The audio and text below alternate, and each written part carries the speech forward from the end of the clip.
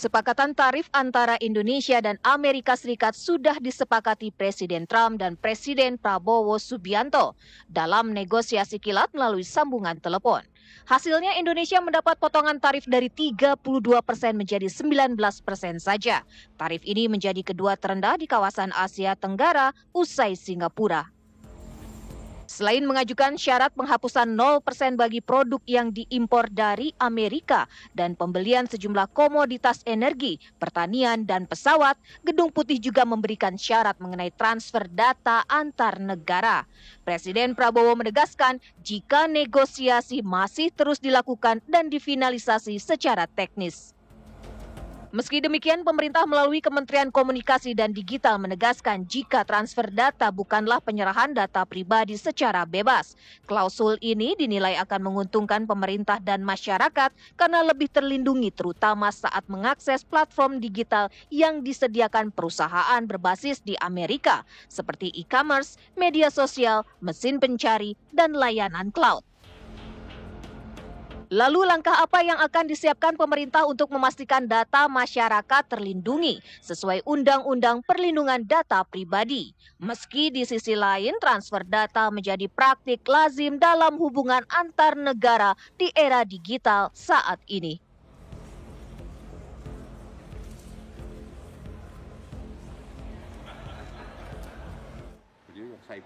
Ya, pemirsa, kesepakatan potongan tarif dagang antara Amerika Serikat dan juga Indonesia ini tadi disepakati oleh Presiden Donald Trump dan juga Presiden Prabowo Subianto dari angka 32% menjadi 19%. Tapi yang menarik, salah satu syaratnya adalah transfer data antar negara. Ini kemudian pemirsa yang menimbulkan pertanyaan di tengah publik. Bagaimana kemudian pemerintah Indonesia menjamin bahwa data pribadi milik seluruh masyarakat Indonesia ini akan digunakan sesuai dengan Undang-Undang Perlindungan Data Pribadi. Malam hari ini kita akan membahasnya bersama dengan sejumlah narasumber yang sudah bergabung di Apa Kabar Indonesia Malam. Ada Pak Trubus Radiansyah, pengamat kebijakan publik dari Universitas Trisakti. Pak Trubus, apa kabar? Selamat malam. Sehat Sehat selalu, ya Pak ya, sehat selalu. Mantap. Dan juga bergabung bersama kita dari ICSF, ada Pak Ardi Suteja. Selamat malam Pak Ardi. Selamat malam, sehat juga ya Pak ya? Ya. Terima kasih sudah bergabung dan akan bergabung juga bersama kita malam hari ini pemirsa Wakil Ketua Komisi 1 DPR RI, Dev Laksono.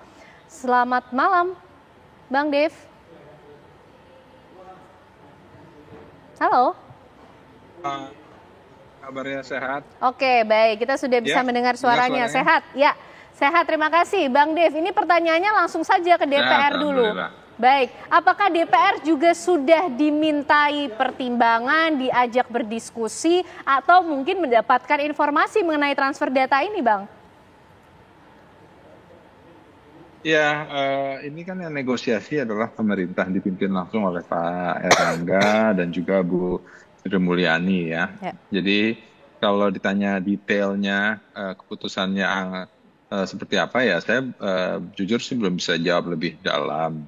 Akan tapi dari informasi yang kami terima yang juga disampaikan oleh media, kalau kepada media, baik dari PCO ataupun juga dari Kementerian Komdigi, tadi sore saya baru saja menyelesaikan suatu kegiatan dengan Ibu Menkomdigi yang menjelaskan bahwa kalau kita bicara data pribadi seperti data biometrik, data-data yang sensitif, nomor kartu kredit,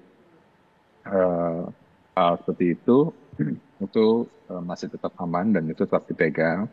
Yang lebih dikelola oleh yang bisa dapat diakses oleh negara pihak ketiga, pihak Amerika Serikat, ya ini seperti misalnya kartu kredit, transaksi kartu kredit, hal-hal seperti itulah yang dapat diakses oleh pihak negara luar. Akan tapi kalau data pribadi kita yang sifat sensitif dan yang bisa menimbulkan kerugian ekonomi kepada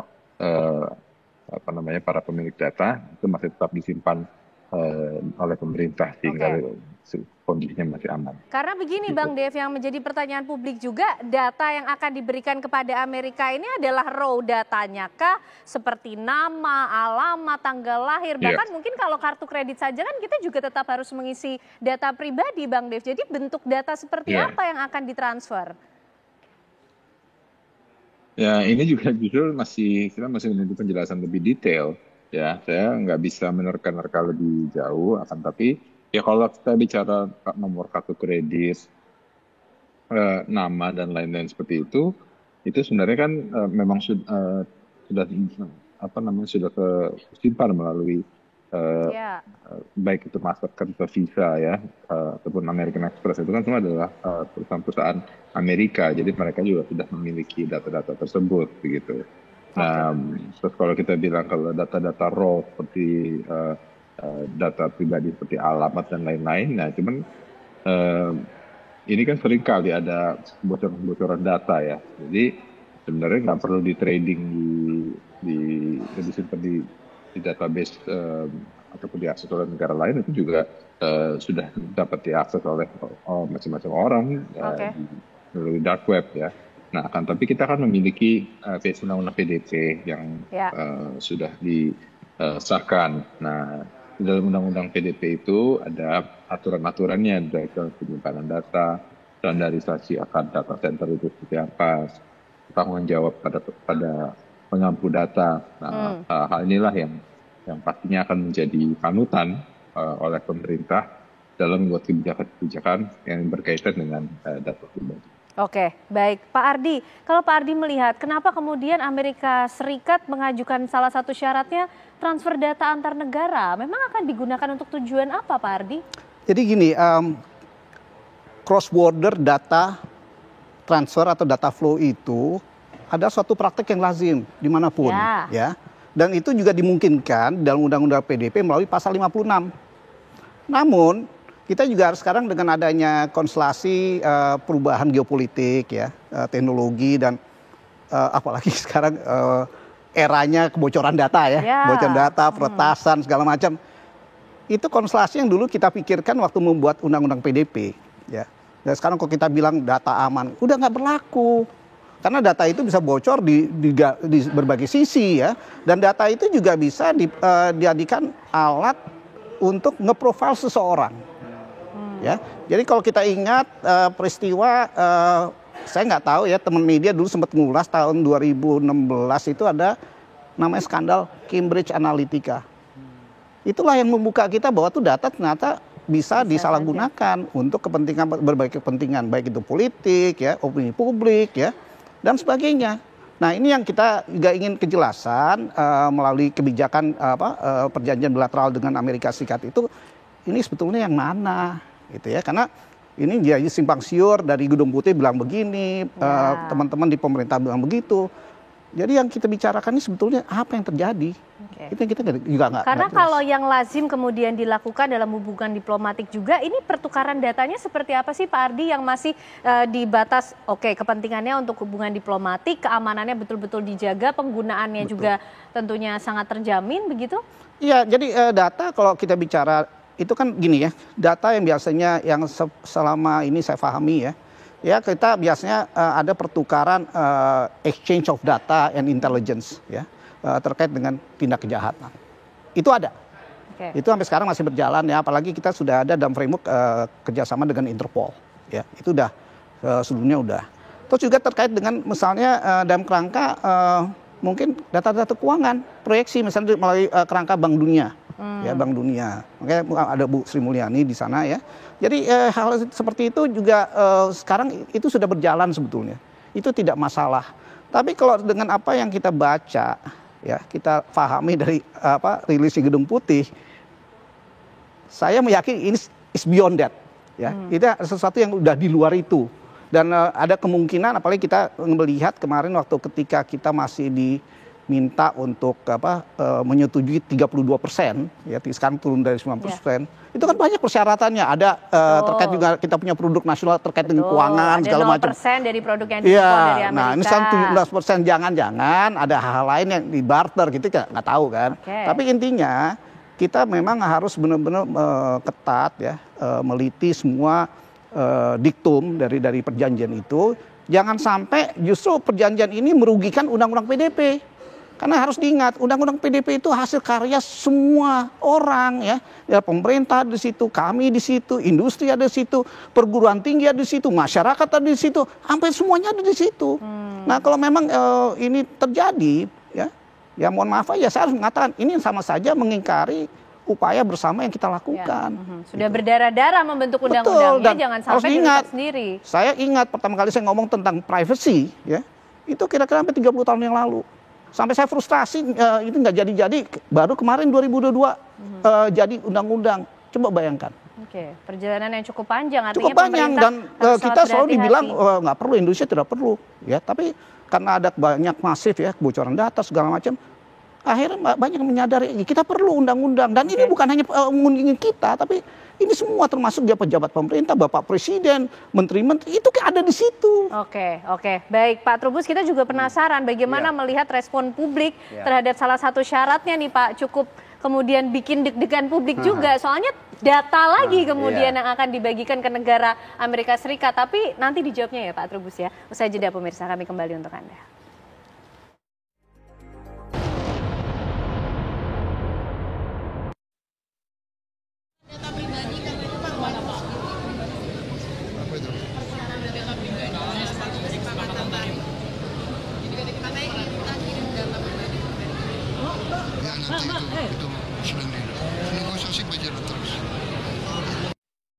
Baik, kita akan lanjutkan pembahasan kita pemirsa. Makin malam pasti selalu semakin menarik ini Pak Ardi.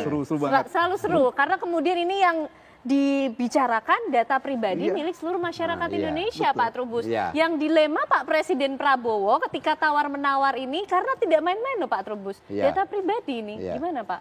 Iya, ini persoalan kan begini, data pribadi itu kan di dalam Undang-Undang PDB itu sudah ditentukan tadi disinggung sama Pak Ardi mengenai pasal-pasal yang terkait dengan sifatnya data privacy lah gitu ya. Nah, sementara di dalam pasal 56 itu ayat 2 itu kan juga bisa tapi harus setara atau lebih tinggi. Nah, persoalannya kan kemudian ketika masyarakat mulai menelisik kan masyarakat lebih kepo, dan masyarakat itu lebih pintar bahkan gitu mencari ke sana ke Amerika sendiri, apakah Amerika setara dengan Indonesia? Ternyata kan masyarakat menganggap oh tidak ternyata. Kenapa? Karena di Amerika tidak ada satu payung hukum pun mengenai data pribadi, itu nggak ada. Dan di sana itu malah masih sektoral. Kalau misalnya mengenai kesehatan ada sendiri, pendidikan ada sendiri, bahkan di negara bagian itu ada sendiri-sendiri gitu. Lah itu yang menyebabkan kemudian masyarakat panik gitu kan, seperti itu. Yang kedua, bahwa kepanikan itu juga bersumber dari ini, kekhawatiran nanti bisa dimanfaatkan, disalahgunakan. Karena kan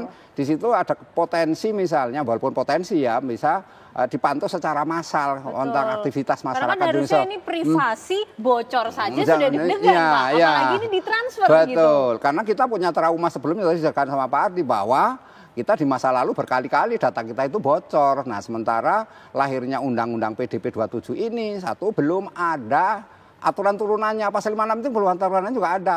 Lembaga PDB kan kita belum ada. Lembaga pengawasnya juga belum ada, belum dibentuk. Jadi kondisinya seperti apa yang terjadi, maka kemudian publik mulai kecurigaan kan, itu ya namanya juga masyarakat ya. Jadi pada akhirnya ini yang kedua, pemerintah sendiri saya melihat belum bisa menjelaskan sesuatu yang utuh gitu loh. Sebenarnya kesepakatan data pribadi seperti apa, tadi singgung Pak Ardi, transfernya seperti apa sih dalam kondisi yang bagaimana. Tentu kemudian publik berpikir ada kepentingan, jangan-jangan ini kedaulatan negara yang kemudian dipertaruhkan kan gitu, sampai akhirnya ke sana. Nah, kecemasan-kecemasan ini sebenarnya bisa clear kalau misalnya pemerintah berani secara terang-terangan menjelaskan bahwa memang ini kepentingannya, kalau memang komersial ya udah komersial saja misalnya, tapi sejauh mana menjamin tidak data mentah berarti sudah diolah dulu data-datanya. Betul, ada jaminan juga masyarakat diberi keyakinan bahwa memang itu pemerintah menjamin bertanggung jawab bahwa tidak akan terjadi bla bla bla bla.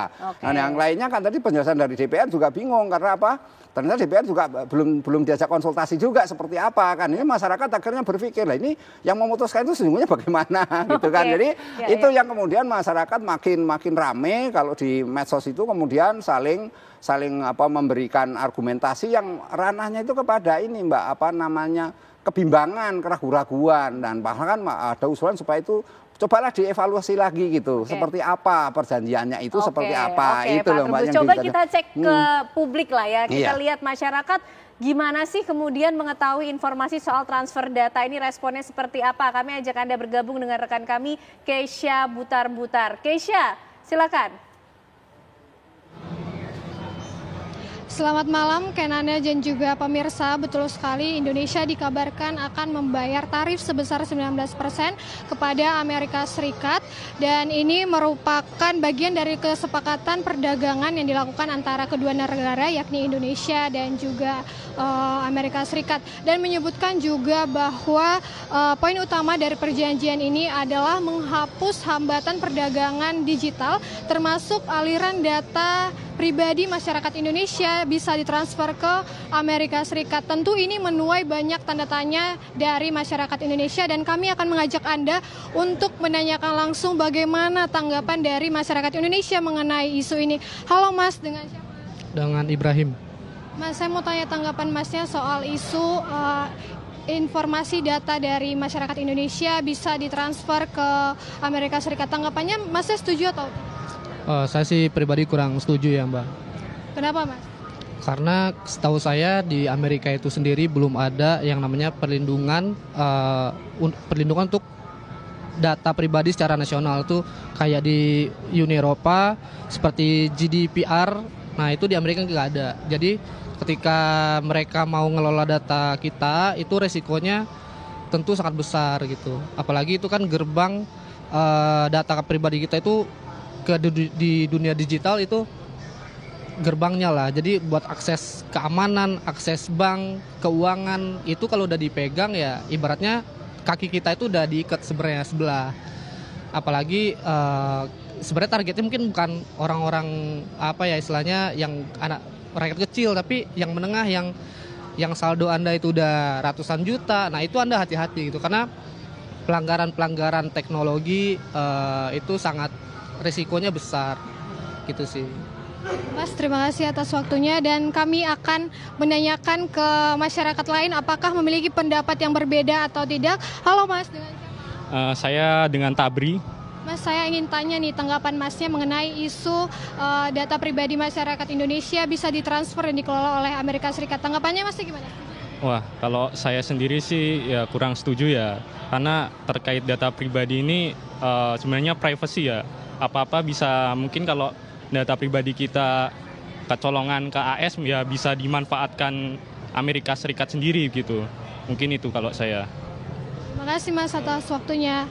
Nah, pemirsa, tadi kita sudah mendengar beberapa tanggapan dari masyarakat Indonesia bahwa mereka memang tidak setuju dengan adanya transfer data pribadi masyarakat Indonesia ke Amerika Serikat dan ini memang mengkhawatirkan bagi data-data yang akan dikelola oleh Amerika Serikat. Demikian, Anda kami kembalikan ke studio. Terima kasih Keisha Butar-Butar yang sudah mencoba bagaimana menghimpun suara rakyat. Nah, kalau urusan suara rakyat DPR berarti ini Pak Trubus. Ternyata Bang Dev, apa yang disampaikan Pak Trubus ini terbukti juga di lapangan, masyarakat kurang setuju. Masyarakat kita sudah cerdas, bahkan mereka sudah riset begitu jauh. Bagaimana kemudian Amerika memperlakukan data pribadi, hukum yang mengatur di sana, dan nampaknya masyarakat kurang setuju, Bang Dev. Ya, begini, kalau mau dikomentari lebih jauh, ya, saya seperti tadi saya sampaikan, agak sulit untuk kita membahas ini lebih dalam. Kenapa? Karena informasi yang saya terima itu sama dengan yang semua orang terima gitu. Jadi masih belum ada penjelasan, penjabaran secara detail ini data-data sejauh mana.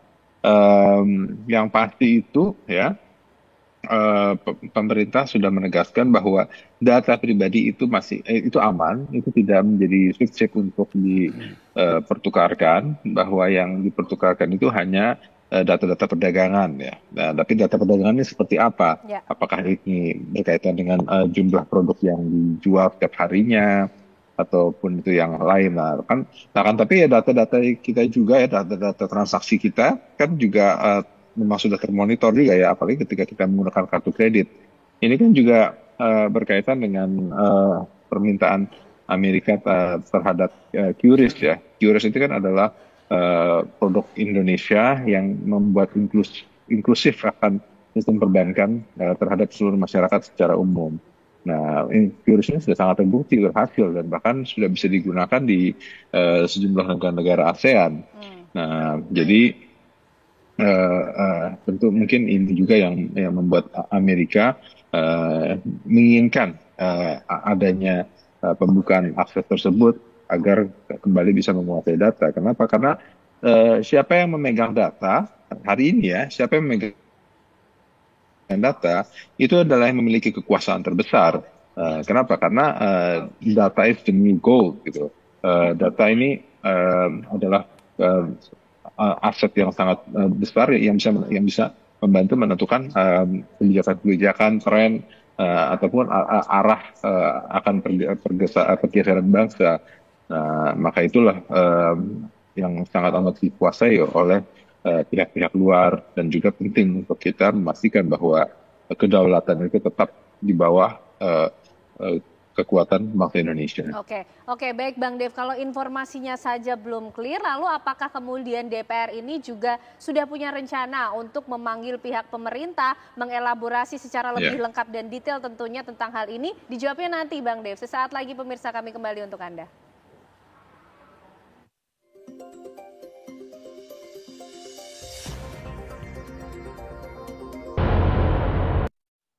Kembali kita akan membahas bagaimana kemudian langkah pemerintah pemirsa untuk memastikan bahwa data pribadi yang akan ditransfer ke Amerika Serikat ini akan aman penggunaannya. Bang Dev, kalau informasinya belum clear, nampaknya DPR punya hak untuk kemudian memanggil pemerintah untuk mempertanyakan mengenai hal ini. Jangan sampai tidak clear kemudian dieksekusi. Memangnya kemudian ini proses konsultasinya seperti apa Bang Dev?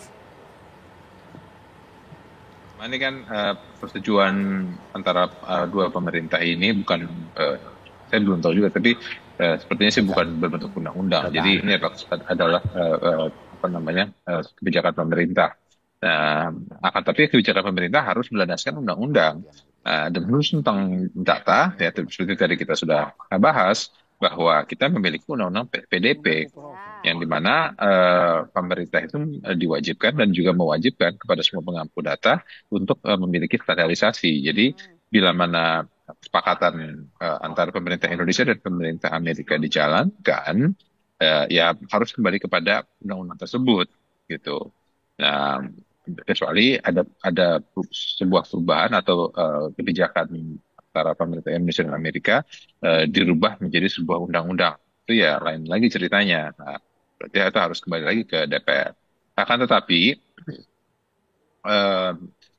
tadi pagi ya, itu Pak Dasko, Wakil Ketua DPR RI, telah meminta untuk Komisi 1 melakukan komunikasi dengan Kementerian Komdigi untuk membahas hal tersebut. Nah, kita sudah mendapatkan arahan dari beliau. Kita sudah diperintahkan untuk melakukan komunikasi, walaupun sekarang ini kan lagi sedang masa reses ya. Tadi saya sudah bicara langsung dengan Ibu Menteri. Mungkin dalam waktu dekat kita, sembari waktu berjalan juga kita lanjut komunikasi untuk mendalami hal ini, sehingga ada kepastian dan juga ada kejelasan langkah-langkah yang pemerintah akan ambil seperti apa. Sehingga tidak ada kerancuan ataupun juga misinformasi yang beredar di masyarakat. Oke, jadi kita akan melihat DPR akan bertemu dulu dengan Komdigi sebelum kemudian keputusan ini akhirnya difinalisasi, begitu Bang Dev? Ya, keputusan akan perjanjian antara pemerintah Indonesia dan Amerika itu kan banyak banyak area yang di cover. Ya, bukan hanya berkaitan dengan data saja, karena ada macam-macam aspek ya, yang terdapat dalam perjanjian tersebut. Ya, yang dibahas dengan Komisi 1 yang hanya berkaitan dengan hal yang merupakan mitra-mitra kita, gitu ya. Ini kan kita setiap hari ini ada sebuah lembaran baru kan, akan perjanjian ini ada informasi baru lagi. Nah, inilah yang bila mana ada informasi baru lagi, ya kita harus mengambil sikap lagi. Nah, yang pasti ini hal ini berkembang terus, dan kita langsung sikapi setiap ada informasi yang terkini. Oke, baik Bang Dev. Pak Ardi, soal treatment terhadap penggunaan data pribadi ini kan pastinya keamanan yang menjadi pertanyaan publik ya. Betul. Menurut Pak Ardi, kemudian langkah pemerintah harus seperti apa? Menegosiasikan ulang tentang hal ini atau tegas tidak ada transfer data antara Indonesia dan Amerika? Ya, sekarang sudah ini kan isunya ada berkembang kemana-mana ya, dan memang benar ini satu proses yang masih berjalan ya, masih ada secara teknis harus dilihat ya. Tapi persoalannya kita juga masyarakat juga tidak mudah lupa ya. Kita di dalam negeri juga ngadapin masalah kebocoran data, peretasan ya, dan kita bisa juga membaca berita-berita di luar negeri, di Amerika tiap hari ada peretasan. Nah ini yang juga harus dipertimbangkan dengan sangat teliti, ketat ya, ketika kita akan melakukan tindakan sesuai dengan kesepakatan ya, dengan mempertimbangkan kondisi-kondisi yang ada. Kalau kita cuma secara buta menyerahkan itu akan jadi fatal. Dan kedua kita harus ingat juga ya, kenapa data itu menjadi penting. Tadi Pak Dev sudah bilang the new oil ya, siapa yang menguasai data itu dia adalah penguasa. Kita harus ingat ya, tahun 2016 itu kan ada peristiwa penting ya, penting yang saya nggak tahu apakah banyak yang mendalami, itu ada peristiwa skandal yang namanya Cambridge Analytica. Dari situ kita bisa lihat yang namanya data itu bisa diapakan, dan itu bisa dimanipulasi ya, bisa diakalin hingga merubah cara orang berpikir ya, segala macam itu ada di situ semua, basisnya tuh data. Apalagi sekarang kita berhadapan dengan teknologi baru yang namanya artificial intelligence ya, sebentar lagi ada kuantum. Wah, nggak kebayang apa yang terjadi dengan data. Data rawnya dikasih ya, dengan teknologi ini mereka bisa olah. Oke, baik Pak Trubus, sepakat pemerintah harus sangat berhati-hati kemudian memperhitungkan poin negosiasi transfer data ini? Iya, kalau menurut saya ini bagian penting di mana kemudian pemerintah melakukan langkah-langkah. Pertama tentu kaitan dengan undang-undang PDP yang kita punya itu harus membuat turunannya, Pertek pasal 56 ini kan membutuhkan peraturan teknis turunannya, dan juga segera menata mengenai bentuk ya mungkin satu lembaga atau badan yang terkait dengan perlindungan data pribadi, termasuk pengawas, lembaga pengawas juga. Ini penting untuk ini persiapan internal. Yang kedua memang kaitan dengan Amerika ini perlu dinegosiasikan ulang. Artinya di situ bisa saja ini dievaluasi atau tetapi kan ini tidak semudah yang ini karena kaitannya tentu kita tunggu bagaimana DPR. Nanti kalau penjelasan DPR tadi setidaknya clear, itu paling tidak ada adem lah yang membuat situasinya tidak begitu resah. Ini karena publik itu memang membaca semua yang disampaikan Pak Ardi tadi ya, terasa ngeri-ngeri sedap bahwa data itu ternyata bisa diolah sedemikian rupa.